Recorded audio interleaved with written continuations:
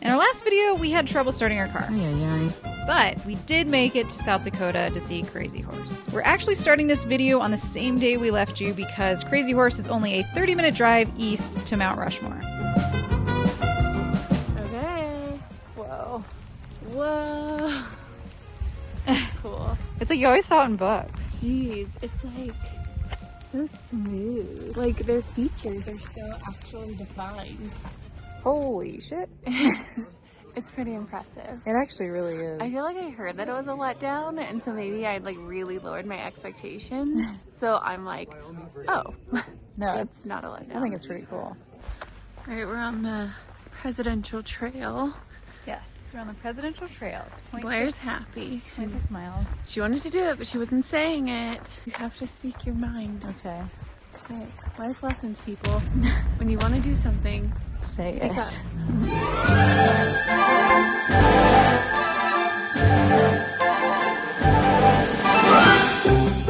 I think it's cool that not a lot of people are doing it.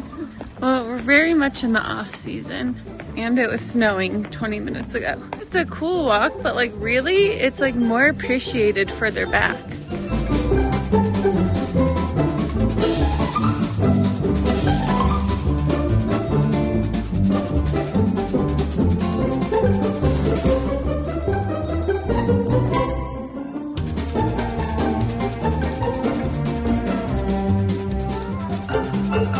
So this is South Dakota state historian Doane Robinson. He had the idea for this monument when he heard there was a shrine to Confederacy being carved in Stone Mountain, Georgia, and it would be the likenesses of Confederate generals. I'll get back to that hot mess in a second. What Robinson really wanted to do was promote tourism in the area, so he proposed a similar monument in the Black Hills that represented the wild local geography and the triumph of Western civilization over that geography. So he envisioned a sculpture that would feature American Western heroes like Buffalo Bill, Lewis and Clark, Sacagawea, Red Cloud, and even Crazy Horse. Now entering in the story is Gutzon Borglum, the original sculptor of the Shrine of Confederacy. Robinson writes to Borglum and says, "Hey, can you come to the Black Hills and see if you could carve a giant monument on one of these mountains?" But before we get too far, let me just give you a little bit of backstory on our buddy Borglum really quick. He was born in Idaho to Danish immigrants and was a child of Mormon polygamy. That is not important to the story, but it is interesting. What is important is that he wasn't in the KKK, but attended a lot of rallies. So in 1915, Borglum's approach to carve Stone Mountain, which would be a frieze of Robert E. Lee, Jefferson Davis, and Stonewall Jackson riding around the mountain. And he agreed to include a KKK altar in the memorial, which now makes sense to me because the KKK were major financial backers of this monument. So the carving had begun in June 1923. Lee's head was unveiled on his birthday in January 1924. And soon after this, Borglum was not getting along with the KKK. Tensions were mounting, and in March 1925, Borglum smashed his clay and plaster model. So none of his work remains, and it was blasted off for Henry Lukeman to start from scratch.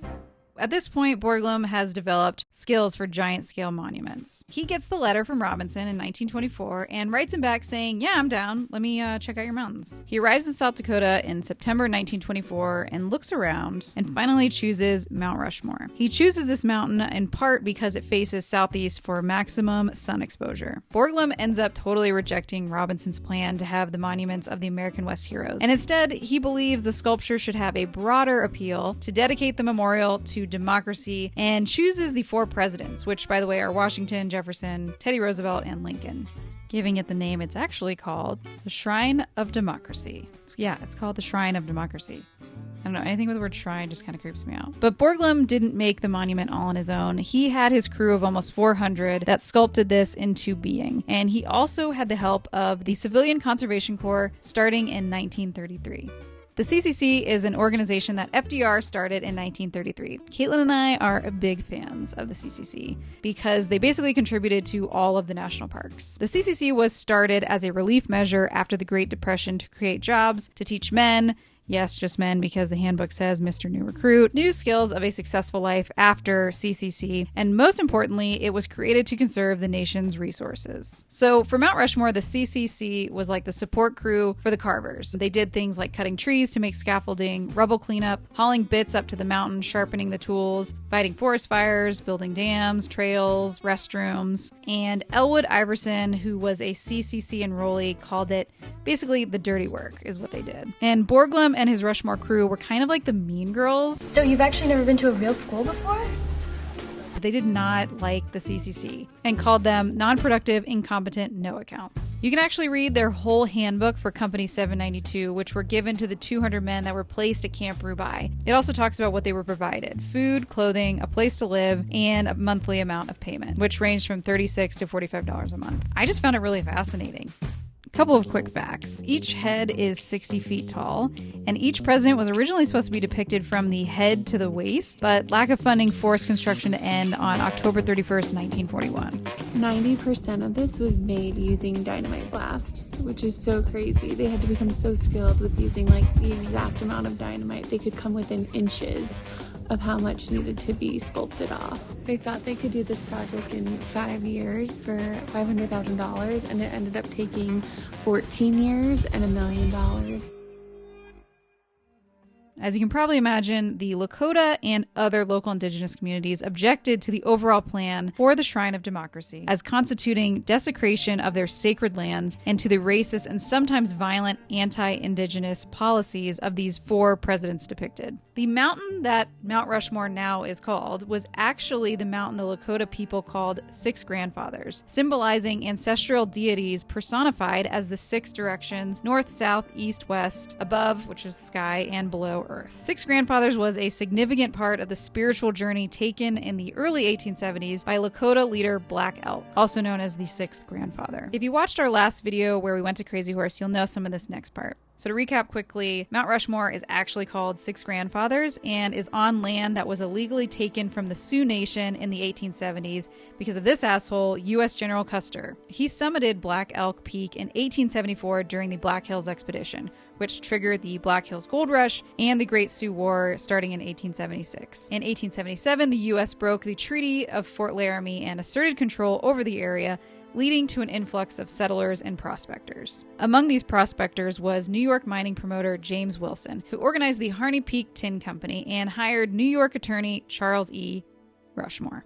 Yeah, Rushmore. So Charles Rushmore is here to visit the Black Hills and confirm the company's land claims. During his visit in 1885, Rushmore saw Six Grandfathers and asked his guide Bill Chalice the mountain's name. Chalice said that the mountain didn't have a name, but that it would now be named Rushmore. The Sioux continued to demand the return of their sacred land, and in 1980, the U.S. Supreme Court ruled in the United States versus Sioux Nation of Indians that the Black Hills were in fact stolen, and they awarded $105 million in compensation to the Sioux. So the United States Supreme Court did not give back the land that they have just said was definitely stolen. The Sioux have continued to refuse the money, and this conflict continues, leading the monument to now be referred to as the Shrine of Hypocrisy. So that made me look at Mount Rushmore a little differently. Figured out why it costs $10. Oh, it says National Park Pass not valid. Oh, that's so lame. It says for parking. It's a national memorial, so it's free to everybody to come in. That's a memorial, she said. Okay, maybe it's a monument. It's free for everybody to come in, but parking is monitored by like somebody else, not the like national an park. outside contractor. So it's $10. But for the whole year. For the whole year. Not on Christmas, he said. Yeah, don't come on Christmas. I guess it's closed. Caitlin's Aunt Kathy said we have to go see Wall Drug, so that's where we're going to next. In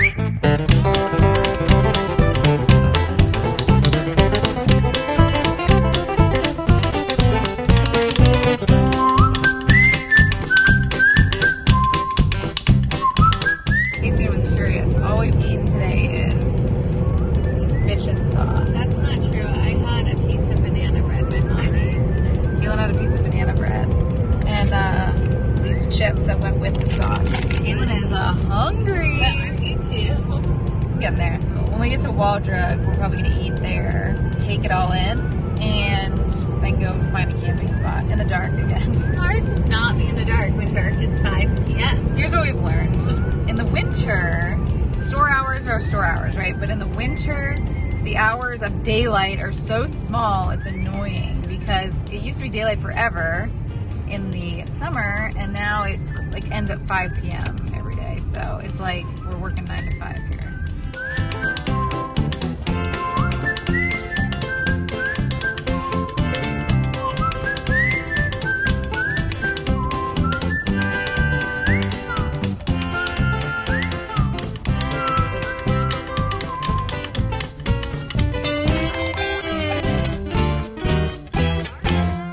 We're in the city of Wall at Waldrug. We have 2 hours to see everything in Waldrug. I think it'll be interesting.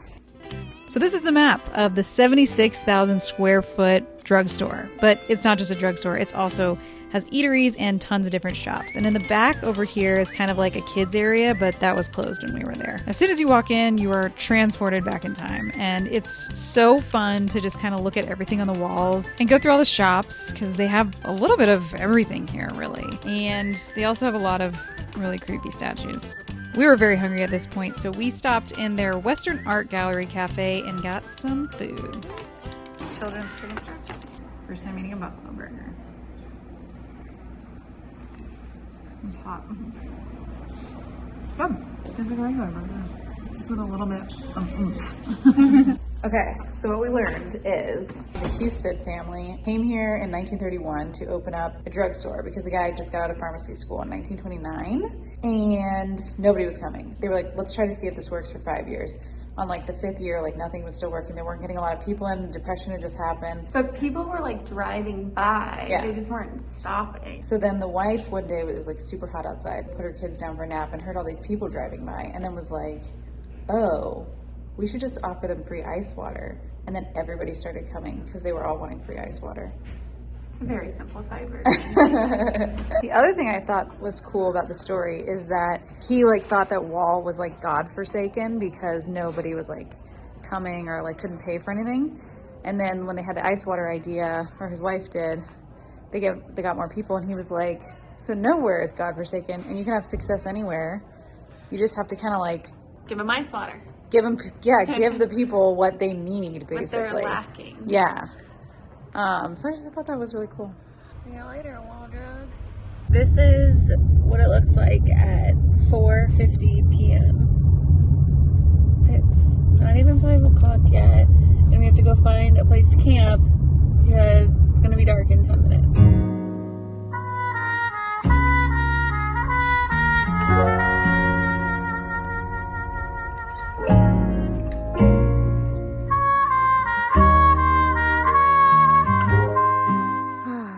Found our campsite in the grasslands of the Badlands. And headlamps are integral. And no one else is around, which is pretty cool. Usually it's really busy, I guess, in the summer.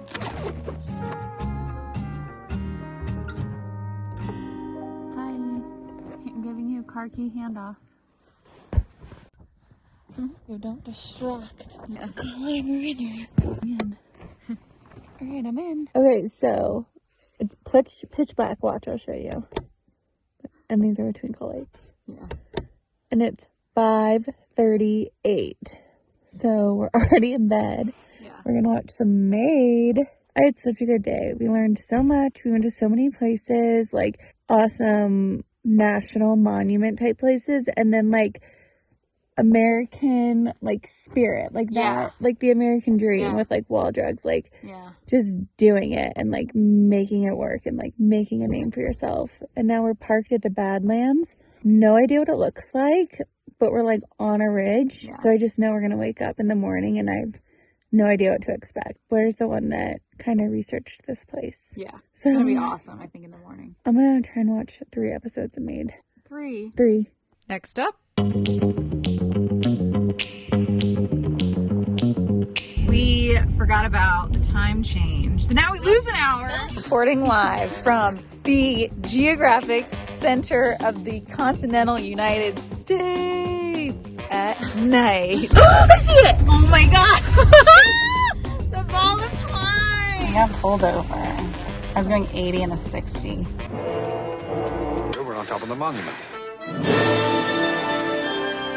What do we do? Climb down. Bonus facts. Alfred Hitchcock always wanted to do a chase sequence across the faces of Mount Rushmore, so he made his dreams come true in North by Northwest. So they only ended up shooting 3 scenes at the actual monument, which was the shooting in the cafeteria, a parking lot scene, and a couple like establishing view shots of the mountain. And then the rest they shot on a soundstage in Culver City. Okay, that was a lot of information for one video. I'm going to try to tone it down for the next one. So far we've gone down like hundreds of downhill steps, so I'm just wondering when we're gonna have to turn around and go uphill. I don't know. I think it's supposed to be a loop, but like at some point there's gonna be an insane amount of uphill steps or an elevator. All right, we're going uphill. Here we go. Going up the stairs. What the what? These people know how to build things for American tourists.